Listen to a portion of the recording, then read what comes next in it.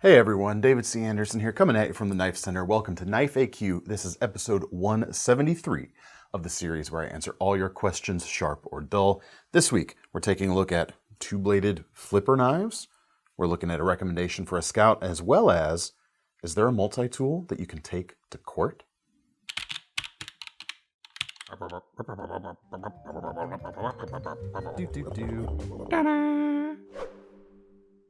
All right, hey everyone, if you're new to this series, the deal is we take your questions out of the comments section below these videos. So if you've got a question about knives or anything remotely knife related and you would like a chance to have it featured in a future episode, drop it in the comments below. First question today comes from Mortal Demons 11. And Thomas, pay attention, you might have some insight on this. Maybe I should have warned you before we started rolling. Why would we prepare? Speaking of bladeless multi-tools, this was on a video we did a couple weeks ago, I am a photojournalist, and I find myself in courthouses and various other government buildings where I can't take my trusted Leatherman-free T4. Is there a multi-tool that has no scissors, an oversized flathead, Phillips head, bottle opener for after work, of course, and maybe a couple other non-sharpened tools on it? Thanks. Yes, I have an idea for you here. And I would look to a non-folding multi-tool or one of the pry bar-based single-piece multi-tools out there, specifically the Olight O-Pry 5-in-1 titanium pry bar. These are about 45 bucks. I like to call it Opry because, you know, their naming convention amuses me. But here you go. It's got your oversized flathead, as you mentioned right here. So you could use this adjusting tripod, camera plates, that sort of thing. Thomas, that look good to you? Pretty close. Pretty good, pretty good. You got your bottle opener for after work, of course. Or before. Hey. Let me go through what else you had. The Phillips head. So you notice right here, rather cleverly, they've got this little magnetic latch. At least I think it's magnets. It might be, actually there's a detent in there holding it on either side. And there's two double-ended, actually the better way to get this out might be, there you go. You can kind of lever them out. It's got two 4mm double-ended bits right there. And yes, there is a small Phillips head on there, but you can get larger Phillips head drivers in this 4mm form factor, and those can pop into the back right there. So you've got your Phillips head capability.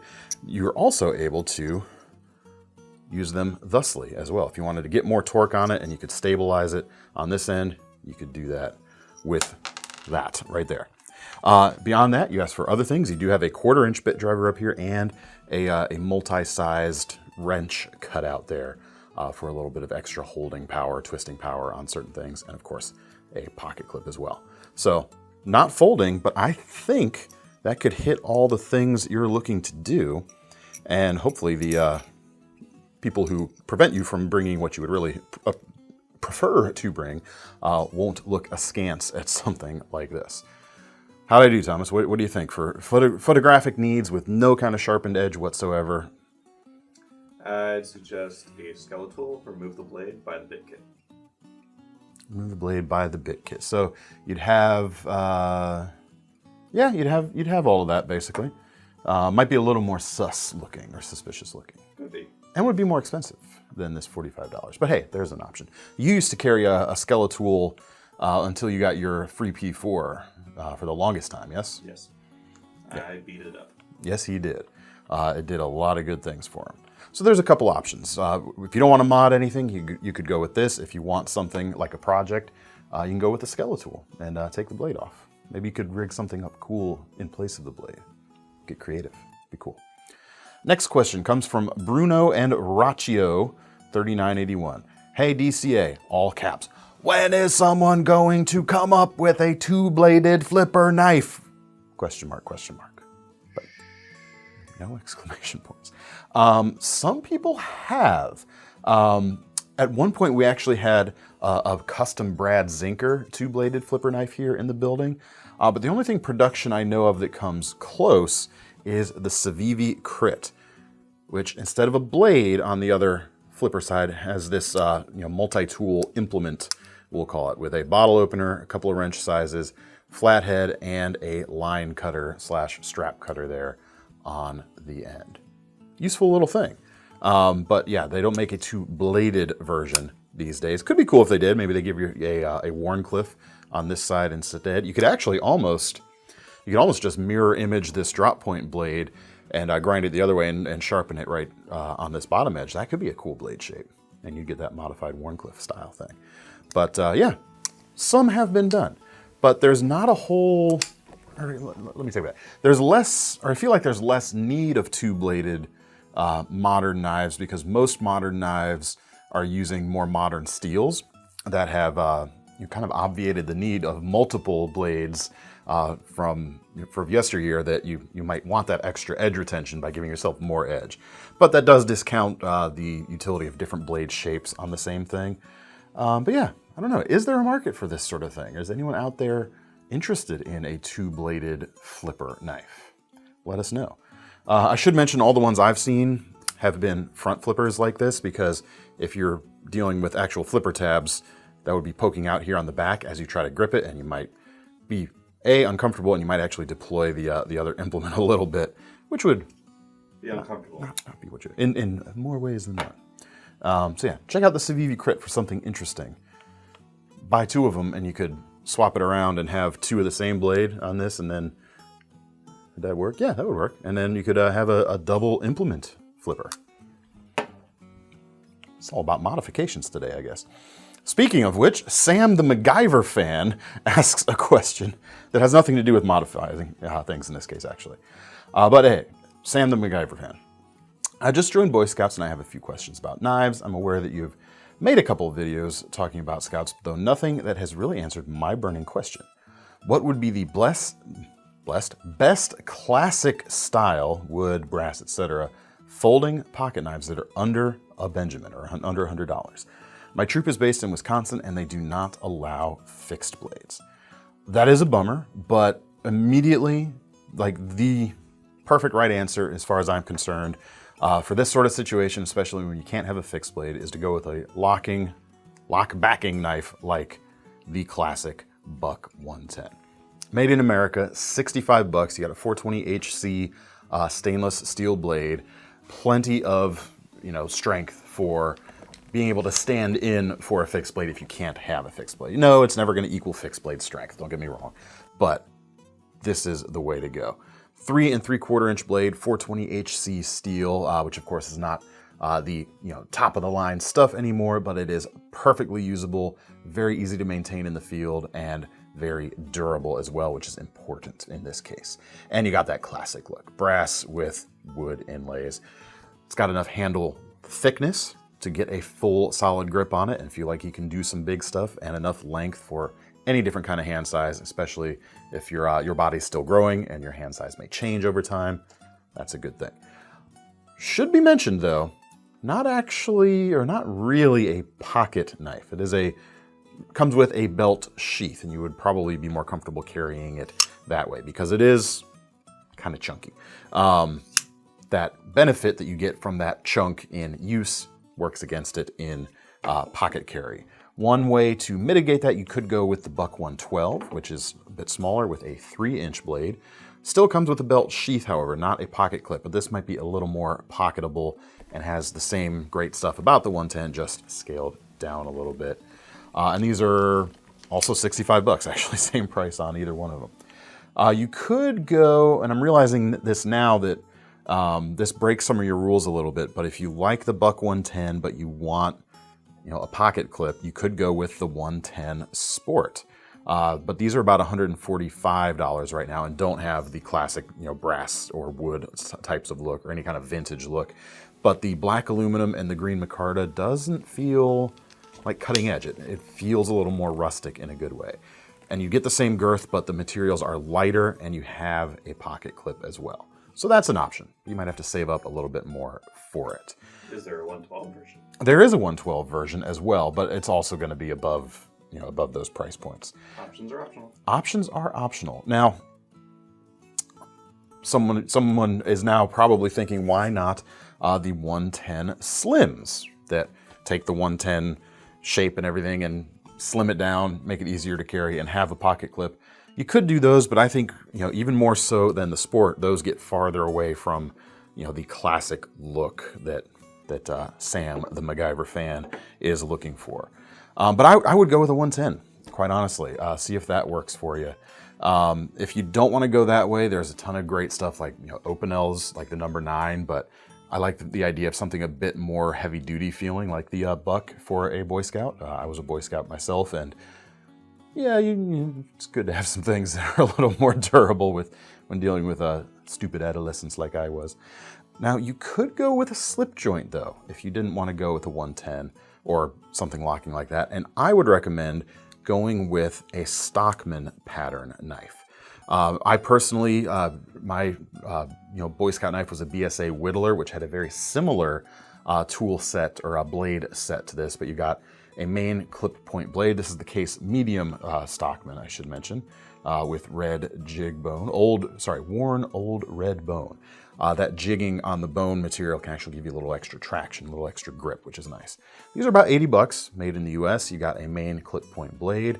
The sheep's foot blade over here is very useful for whittling and that sort of thing. And then you've got the spay blade offering you some smaller utility right there. And especially if you keep this at a thinner, like razor sharp edge for those just in case real fine detail moments where it's not like the main blade you're gonna use, that could be really nice. This is the medium size, which is about the size of the one I carried. There were times, however, where I kind of wished I had something larger when I was in Scouts, so you could always go with the large Stockman, such as this, with jigged amber bone. These are $85. So about $5 more than the medium. I was about to say same as the Bucks earlier, where they're both the same price. But this is basically the same thing, just writ a little bigger, as you can see. So there you go. I would check those out. Can't go wrong with either of those. There are other options, of course, but this is just a small segment. Check them out. Hope that helps. Sexy Green Tomato. Okay. Asks, what folding knife would you recommend as a sleek and elegant / unintimidating EDC with only a bottle opener in addition to the blade? I'm thinking of something like the CRKT Fial, which we showed recently, without the wine accessories, however. I don't use my pocket knives daily nor heavily, so a thin blade would be preferable. The bottle opener would honestly just be an excuse to carry it more often / have more use for it. Bonus points for a button or crossbar lock. I'm not going to get the bonus points, but check out the Esnix Beer Buster Jr. These start at about $267 and some change, so they're not inexpensive. But for that, you're getting M390 steel. This one right here is the Damasteel version, which bumps things up to $423. It also has a, is that a Mokutai clip? No, that's, yeah, it is a Mokutai clip and shield on the front. So getting a little extra fancy. On sale right now for about $423, which is pretty cool. But for this, you're getting a blade just over 2.5 inches long, drop point with a full flat grind. Not crazy thin and slicey. It's a little bit on the thicker side for a knife of these smaller dimensions, but it's still going to be perfectly useful. And it is a top style of front flipper, which means you can use your index finger if you like, or you can use your thumb, which of course I'm never the best at those sorts of things. Foiled again. And you've got the bottle opener there right at the back. If you can deal without having a lock, slip joints will actually be your friend, kind of like some stuff we just talked about. There are kind of more options. One could be the Lion Steel Jack JK2 for about $150. You could get something like this with an M390 blade, just over 3 inches long. Thinner and slicier than the Esnix, as you can see right there. And the way the bottle opener is constructed, you get flathead screw driving capability and slight pry capability as well, which is pretty nice. And several different inlays to choose from. This one's the carbon fiber. Woods are also available. If you want to go really slim and slicey, you're not going to get as much edge retention, but the slimmest, sliciest slip joint I know that'll do what you're asking is the Alox Cadet. Alox version, because you're... Sorry, correct. Thank you, Thomas. The Alox Bantam. How do I know these things? I don't know. I'm tired. The standard Bantam has thicker scales, the plastic Celador stuff. That's not as classy and elegant as the black Alox here, which is a KnifeCenter exclusive on this knife. And that comes with a combo tool that will open bottles and cans and drive flatheads and strip wires, and you can even use the corner to drive Phillips heads as well, number 2, I think it is. So yeah, check that out. Very thin, slicey blade. Just make sure you know how to sharpen. One more thing, if you can deal without the elegant part of what you're looking for, the new Kershaw Craze, I think would be pretty cool. And it does have the crossbar lock that you offered up as bonus points. Not a gentlemanly or formal looking knife here, but these are about 40 bucks, 8CR blade, bottle opener at the back. Excellent action with that crossbar lock right there. Prices on the other things, I mentioned about 150 bucks on the JK2. What is the bantam? I forgot to open up that tab.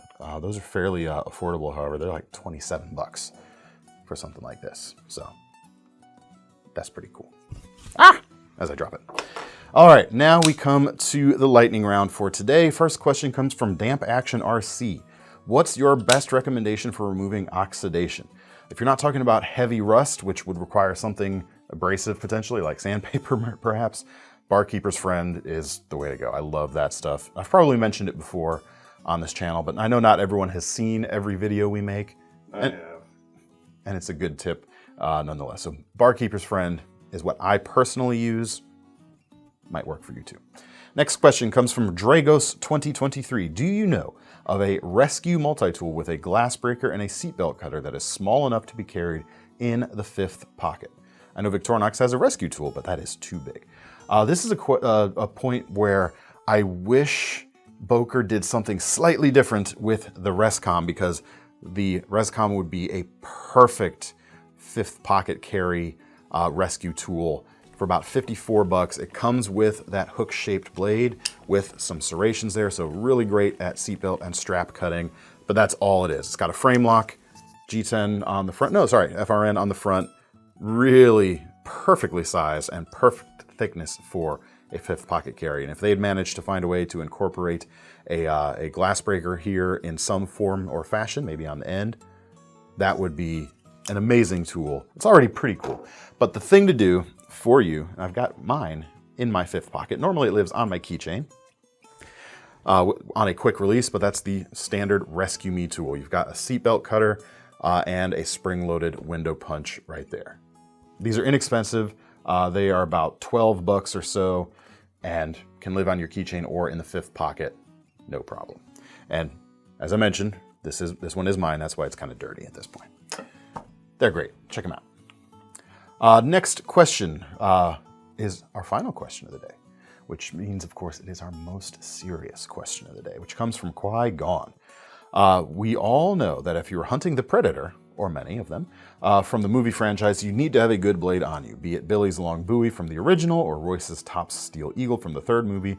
The franchise always has iconic blades. What would be your, DCA and Thomas, again, I could have clued you in before, preferred knives to hunt down the Predator? Thomas, do you have anything? Plane ticket off the island. Nuke it from orbit. It's the only way to be sure. Oh, wait, that's the wrong franchise. The jokey answer, the actual, in the spirit of the most serious question, is what would speak to my personality. Well, I prep a lot more food than I do. That's all the flesh that I slice is when preparing that. So it would have to be something like the Victorinox lobster and fish splitting knife, eh? How funny would this be, like running around the jungle and hacking away at the Predator with this? My actual serious answer would be, if I were the prop master on that movie and we're picking the knives, I would pick the Becker BK9. Why? Because I love the BK9, and I don't think it's been in any movie, and I think it should be in a movie at some point. And I should have brought mine with micarta scales and coating stripped off the blade. That would be the one I would use. I love the BK9. It's nimble, it's powerful, it chops, it hacks, it splits, and it doesn't weigh you down like some other options. But anyway, that's all the time we have for today, or at least it's all the questions I have written down on my sheet over here. If you have a question, leave it in the comments below. If you have some feedback or alternate answers for the questioners today, leave those in the comments below as well. And to get your hands on any of these knives, check out the links in the description, which will take you to KnifeCenter.com. While you're there, don't forget about our long-running Knife Rewards program, because the least thing we can do when you buy one of our knives today is give you some free money to spend on your next one. I'm David C. Anderson from the Knife Center. That's Thomas behind the camera, and we're signing off. See you next time.